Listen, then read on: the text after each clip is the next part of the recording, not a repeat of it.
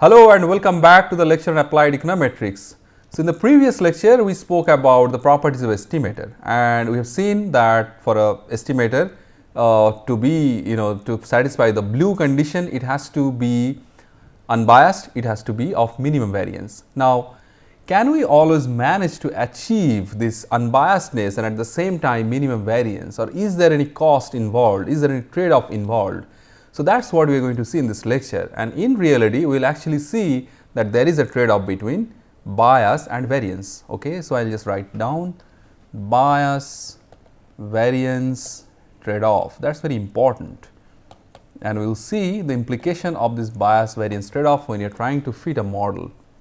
Now, let us first try to just visualize the problem. So, first let us say there is a population distribution, true population distribution. As usual, we do not know anything about this true population distribution, we do not know the population mean, but we want to understand the mean of this population distribution from the sample distribution. Let us say I have a sample distribution, let us say this is a sample distribution I got, let us say, let me actually do a thick line for sample distribution because I have already realized it, I have already got it.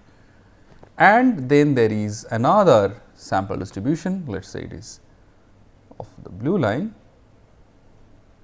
and it is here. Let me actually redraw it. Now, let us say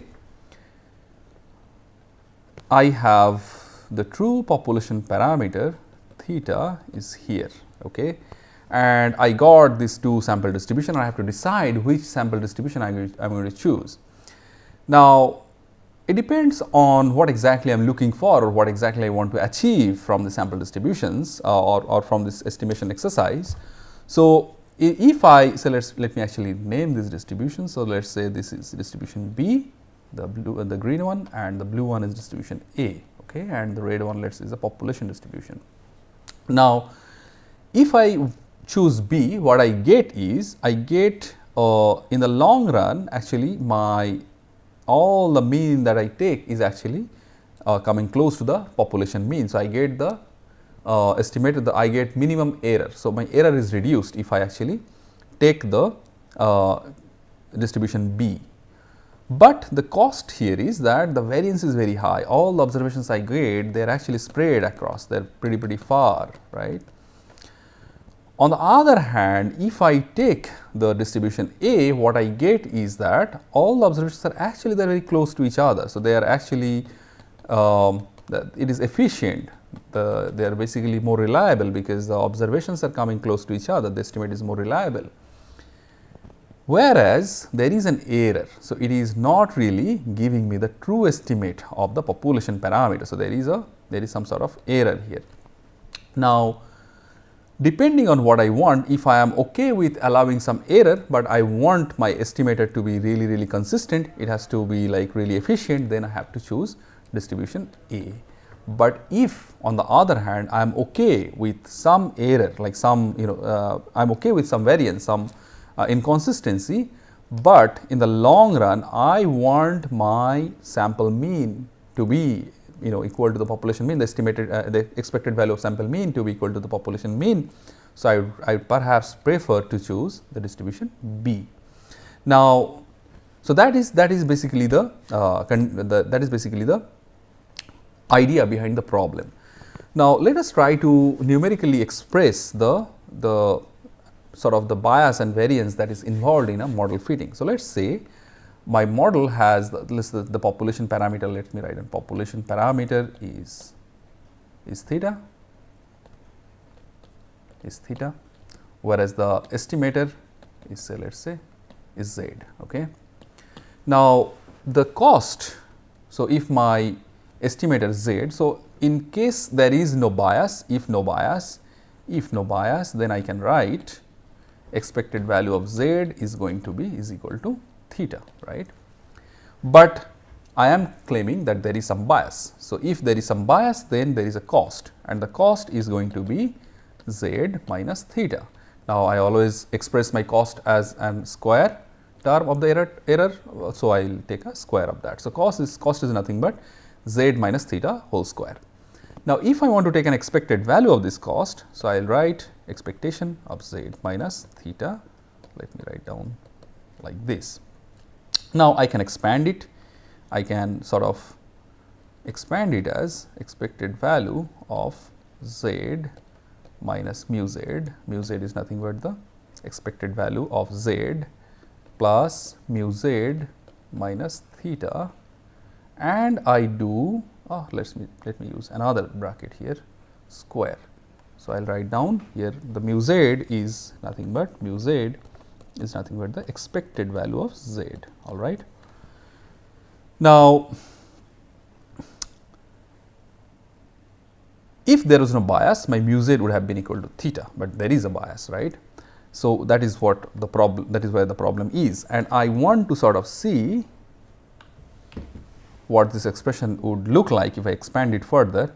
So, if I expand it further, it is going to be expected value of, let us say, z minus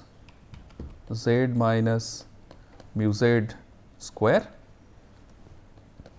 plus 2 into expected value of z minus mu z minus theta plus expected value of this theta square, all right. Now, let us look at the second term here. If I actually expand it, expected value of z, expected value of z minus mu z is going to be expected value of z and expected value of mu z. Now, expected value of z is nothing but mu z, that I have already written here. So, here I will write mu z, and mu z is constant there. So, mu z essentially it is equal to 0.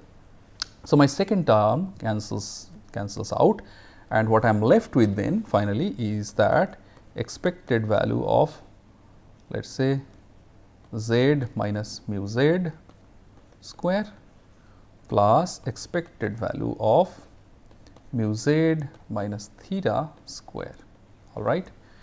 Now, that is again a very interesting observation that we have got, because this term z minus mu z square and that the expectation of that is nothing but the variance of the estimator, variance of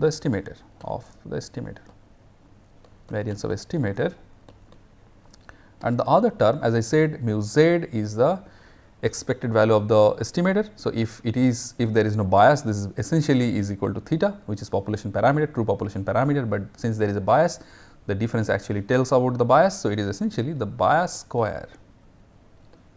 So, essentially the cost function is essentially the sum total of variance of the estimator and the bias square, all right. So, that is where the trade-off is. So, it is essentially the sum total of these two. Now, if I actually try to draw it, if I actually try to show how this matters when I am actually trying to fit a model. So, let me actually try to draw that. So, let us say I actually plot a lot of data, let us say my data looks like this, okay, something like this, let us say, and let us say I add some more points and I actually want to draw a line. Let me actually repeat the same points here, so that we can understand the differences. I will use the same pattern.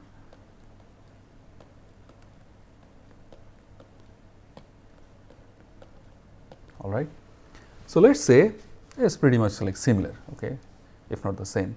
So, if I want to draw a line, let us say I want to draw a line where I am okay with allowing some variation, but I want to draw a line which will fall in the somewhat in the middle of all these points. So, I will say, let us say I draw something like this, all right.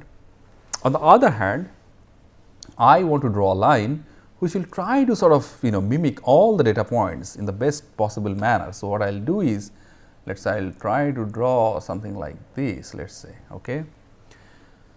Now, there is a difference between two model fitting. So, this is the final regression equation we got, regression line we got, and when I get the regression lines, what is happening in case of line A and what is happening in case of line B, that we need to understand. So, what is happening here in case of line A is that it is going kind of from the middle of all these points. So, what it means is that if I actually get all these errors and take a square and sum them up, the error is going to be a little high, whereas on the other hand, the second line, it is actually touching upon all the different points, all the different possible points, and what we get is when I actually take the differences and square the error and sum them up, in case of the line B, it is going to be less. Okay.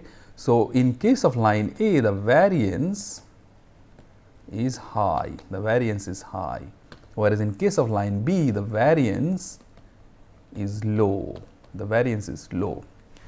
But what is happening to the bias? Now, what is happening to the bias is, in the case of line A, since you are sort of going through all the different points, the middle of all the points, what is happening is the bias is actually low. On the other hand, if you take B, and since it is actually trying to touch upon all the different points, what is happening is that there might be bias. Now, essentially, this is the reflection of what you have seen here. So, I should have called it B. And I should have called it A. So, my B and A here are basically reflection of B and A here. So, in B, in this case, I have all the extreme variances.